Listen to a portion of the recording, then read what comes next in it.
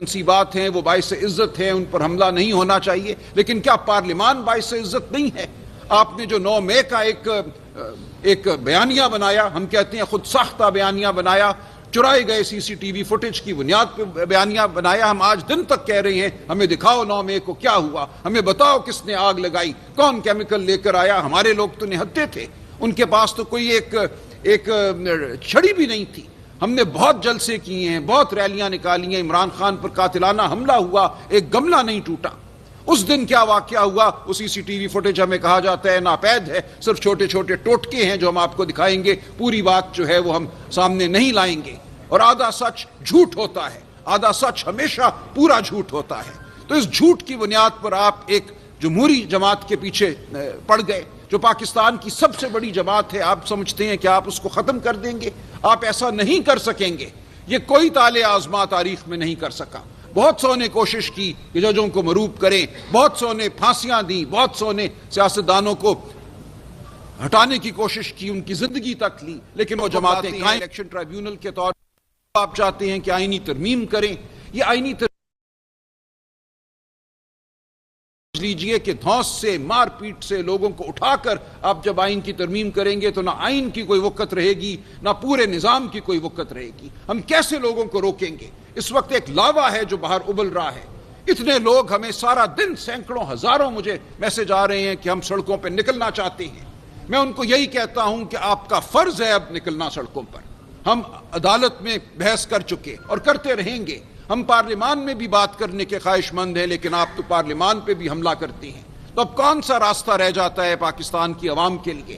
ہم کسی کے راستے میں کھڑے نہیں ہوں گے۔ یہ ہر فرد کا میں سمجھتا ہوں اب ایک فرض ہے، ایک فریضہ ہے کہ وہ باہر نکلے اور اپنی آواز بلند کرے۔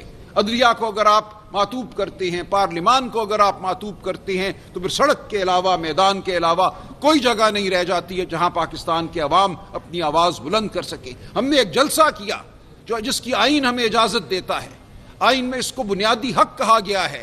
آپ نے ایک دن پہلے قانون بنا کر کہا کہ جلسہ کرنا بھی جرم ہے۔ کون سا جلسہ ہے جو سوئچ بٹن دبا کر 7 بجے ختم ہو سکتا ہے؟ جب لاکھوں کی تعداد میں عوام آتی ہے تو اس عوام کو آپ ایک چٹکی بجا کر ختم نہیں کر سکتے، وہ رہے گی وہاں پر۔ اور کون سا جرم ہے اگر 8 بج جائیں، اگر 9 بج جائیں، اگر 10 بج جائیں؟ کیسے یہ جرم ہو گیا؟ آپ کہتے ہیں چونکہ 9 بج گئے تھے اس لیے جرم ہے۔ آپ نے پی ٹی آئی کی تمام بڑی لیڈرشپ کو، صف اول کی لیڈرشپ کو معطوب کیا، ان کو گرفتار کیا، کیونکہ آپ کا مقصد کچھ اور ہے۔ آپ یہ چاہتے ہیں کہ دھونس سے، پارلیمان سے آپ آئینی ترمیم کرائیں۔ آپ چاہتے ہیں لوگوں کو اٹھائیں اور اٹھا کر ان سے ووٹ دلوائیں جو ان کے ضمیر کے خلاف ہو، جو پاکستان کے عوام کے ضمیر کے خلاف ہو۔ تو یہ کہنا کہ ایک جلسہ کرنا، اکٹھے ہونا، آواز بلند کرنا جرم ہے، تو مجھے نہیں سمجھ آتی کہ اس کے بعد کون سا عمل ہے جو پاکستان کی عوام اپنا سکتی ہے، جس کے ذریعے وہ اپنے جمہوری حقوق کا اعادہ کرے۔ اور دیکھیں، جمہوریت صرف اس لیے نہیں ہم مانگتے کہ یہ کوئی بہت اچھی چیز ہے، بالکل یہ اچھی چیز ہے، لیکن جمہوریت کا براہ راست تعلق ہے پاکستان کے عوام کی تقدیر کے ساتھ۔ 77 سال گزرنے کے بعد کیوں پاکستان اس خطے میں سب سے پیچھے ہے؟ تعلیم کے حوالے سے، صحت کے حوالے سے ہم بنگلہ دیش سے پیچھے ہیں، ہم نیپال سے پیچھے ہیں۔ کیوں آج لوگوں کے گھروں میں، کھیتوں میں بھوک اگتی ہے؟ اس کی وجہ یہ ہے کہ آپ نے اس نظام پر قبضہ کیا ہے، اس نظام کو آپ نے جمہور سے دور کیا ہے، اس نظام کو آپ نے صرف ان کے لیے رکھا ہے، ان کے لیے منفعت بخش رکھا ہے جو آپ کی اشرافیہ ہے، جو طاقتور ہیں، جو بالادست طبقے ہیں۔ وہ امیر سے امیر تر ہوتے چلے جاتے ہیں اور پاکستان کی عوام دور کھڑی دیکھتی رہتی ہے۔ اس کی آواز سلب ہے، اس کے ذہن پہ آپ نے ڈاکہ ڈالا، اس کو تعلیم نہ دے کر اس کے بچوں کے مستقبل پر آپ نے ڈاکہ ڈالا۔ جمہوریت اس لیے ضروری ہے، آئینی نظام اس لیے ضروری ہے کہ جمہوریت اور آئین کے ذریعے ہی ہم پاکستان کے عوام کو ان کا مستقبل واپس لوٹا سکیں گے، ان کو ہم بھوک سے نجات دلائیں گے، ان کو ہم فلاح کی راہ پہ چلائیں گے۔ یہ کہنا کہ کرپشن کوئی ایشو ہی نہیں ہے، کوئی مسئلہ ہی نہیں ہے۔ آج میں یہ سنتا ہوں لوگوں سے جو آج اقتدار کے پیچھے کھڑے ہیں، وہ کہتے ہیں کوئی بات نہیں، انہوں نے کرپشن کی تھی، ہمارے ساتھ اب یہ بڑے اچھے ہو گئے ہیں۔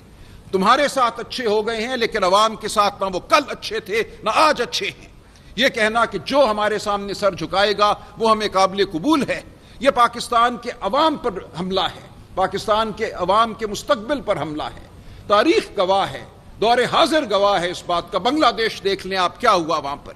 بظاہر بہت ترقی ہو رہی تھی، ہم پڑھتے تھے اتنے فیصد گروتھ ہو گئی، شرح نمو جو ہے بہت بڑھ گیا، لیکن پتہ یہ چلا کہ یہ سب کچھ مصنوعی تھا، یہ سب کچھ ایک مخصوص طبقے کے لیے تھا۔ کروڑوں عوام جو باہر تھے وہ باہر ہی رہے، ان کی زندگیوں پر اثر نہیں پڑا۔ یہاں اس سے کہیں بدتر حالات ہیں۔ آپ کی تو مصنوعی جو گروتھ ہے جس کو آپ شرح نمو کہتے ہیں وہ بھی کچھ نہیں ہے۔ 0.2%، 1% یہ آپ کی شرح نمو ہے۔ آبادی آپ کی 3% سے زیادہ پہ بڑھ رہی ہے۔